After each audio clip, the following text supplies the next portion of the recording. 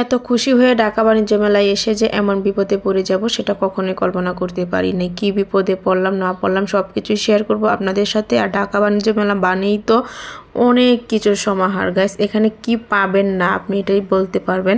এখানে সব ধরনের জিনিসই থাকে আর দেখতে সব কিছু ভালো লাগে অনেক বেশি। আসসালামু আলাইকুম, আশা করছি সকলেই ভালো আছেন। আলহামদুলিল্লাহ আমিও ভালো আছি। তো আজকে হচ্ছে আমরা ঢাকা আন্তর্জাতিক বাণিজ্য মেলায় চলে আসছি আর অনেক বেশি ভালো মোড নিয়ে চলে আসছিলাম খুশিতে।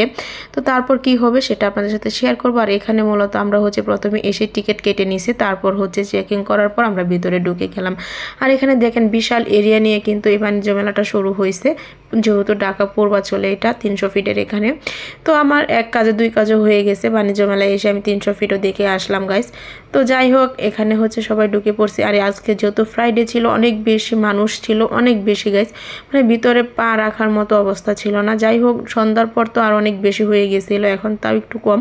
তারপর আমরা যেহেতু মানে বিকাল 4টা-5টার দিকে গেছিলাম ঘুরতে ঘুরতে, কিন্তু রাত্র হয়ে গেছে অনেকটা। তারপর অনেক ঘোরাঘুরি হয় নাই, করতে পারি নাই সময়ের জন্য। আর আমরা যেহেতু একটু দূর থেকে আসছিলাম মোহাম্মদপুর থেকে, ওইখানে কিন্তু যাইতে হচ্ছে 2 ঘন্টা সময় লেগে যায়, সেটার জন্য অনেকটা না ঘুরে আমরা চলে গেছিলাম। আর যাই হোক এখানে আমরা প্রথমে চলে আসছি। আর আসার পর হচ্ছে ভিতরে ঢুকে যায় একটা বিল্ডিংয়ের। তো এখানে কিন্তু আলাদা আলাদা পার্ট ছিল, এক একটাতে ছিল বাহিরে ছিল, সব কিছু মিলে এত এরিয়া নিয়ে করছে, অনেক বেশি ভালো লাগার মতো কাজ করতেছিল। আর এই জায়গাগুলো অনেক বেশি সুন্দর, দোকানের জিনিসপত্রগুলো এত সুন্দর সুন্দর ছিল, বাট প্রাইস অনেক বেশি। আমি জানি না কেন মেলায় এত দাম থাকে। আমি তো মনে করতাম আগে যে মেলায় গেলে হয়তো বা কম টাকা দিয়ে কিছু কেনা যাবে, কিন্তু এখন না। এখন হচ্ছে যে মেলাতে গেলে যে দাম, যে জিনিসটা আমরা বাহির থেকে কম দামে নিয়ে আসি সেটা বেশি দাম দিয়ে কিনতে হয়।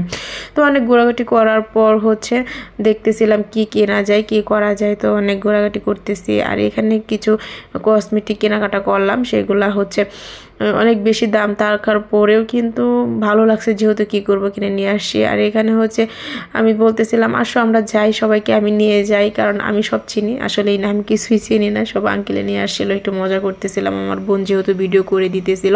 তো এখানে ঘোরাঘুরি করার পর হচ্ছে আমরা একটা স্টলে আসি। আর এখানে দেখেন কি সুন্দর করে সবজি কাটতেছে, এটা হচ্ছে জাদুর সবজি কাটার মেশিন। তো যাই হোক সব কিছু মিলে ভালো লাগতেছিল। আর এখানে আমাদের অনেকটাই ঘোরাঘুরি হয়ে গেছে, এখন প্রায় রাত্রই হয়ে গেছে। তারপরেই হচ্ছে কাহিনী মূলত, আর আন্টি অসুস্থ হয়ে যায় সেটার জন্যই আর আমরা ঘোরাঘুরি করতে পারি নাই।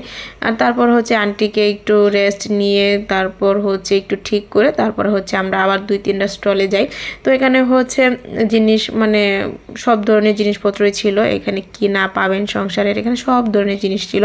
তারপরে এখানে ঘুরে এখানে আমরা চলে আসি। আর বাচ্চাদের পুতুল ছিল, এগুলো দেখে আমার অনেক বেশি ভালো লাগতেছিল। তো যাই হোক আমরা ভাবতেছি যে আর বেশিক্ষণ ঘুরবো না, কারণ যেহেতু আন্টি অসুস্থ হয়ে গেছে। আর তো এখানে নিয়ে আসছি, এখানে কিন্তু চেক আপ বা ডাক্তারের জন্য ছিল, স্টল ছিল, সেগুলোতে নিয়ে আসছি মূলত, যেহেতু বেশি খারাপ লাগতেছিল আন্টির। তো এখানে ডাক্তার দেখিয়ে তারপর হচ্ছে আমরা চলে যাব বাসায়, কারণ আন্টি যেহেতু বেশি অসুস্থ হয়ে গেছে। তো এখানে আর থাকা মানে ঠিক হবে না, আর যেহেতু বাসায় যাইতে অনেকটা লেট হয়ে যাবে, সেটার জন্যই আমরা চলে আসি। আর এখানে দেখেন ভিউটা কত সুন্দর, মানে রাত্রে ঢাকা বাণিজ্য মেলা যে এত সুন্দর আপনারা না গেলে বুঝতেই পারবেন না। তো আমার খারাপ লাগতেছিল যে আমরা না ঘুরে চলে গেছি। আর এদিকে আরেকটা খারাপ লাগা ছিল যে আন্টি অসুস্থ হয়ে পড়ছে, তো এখানে থাকার কোনো মানেই নেই।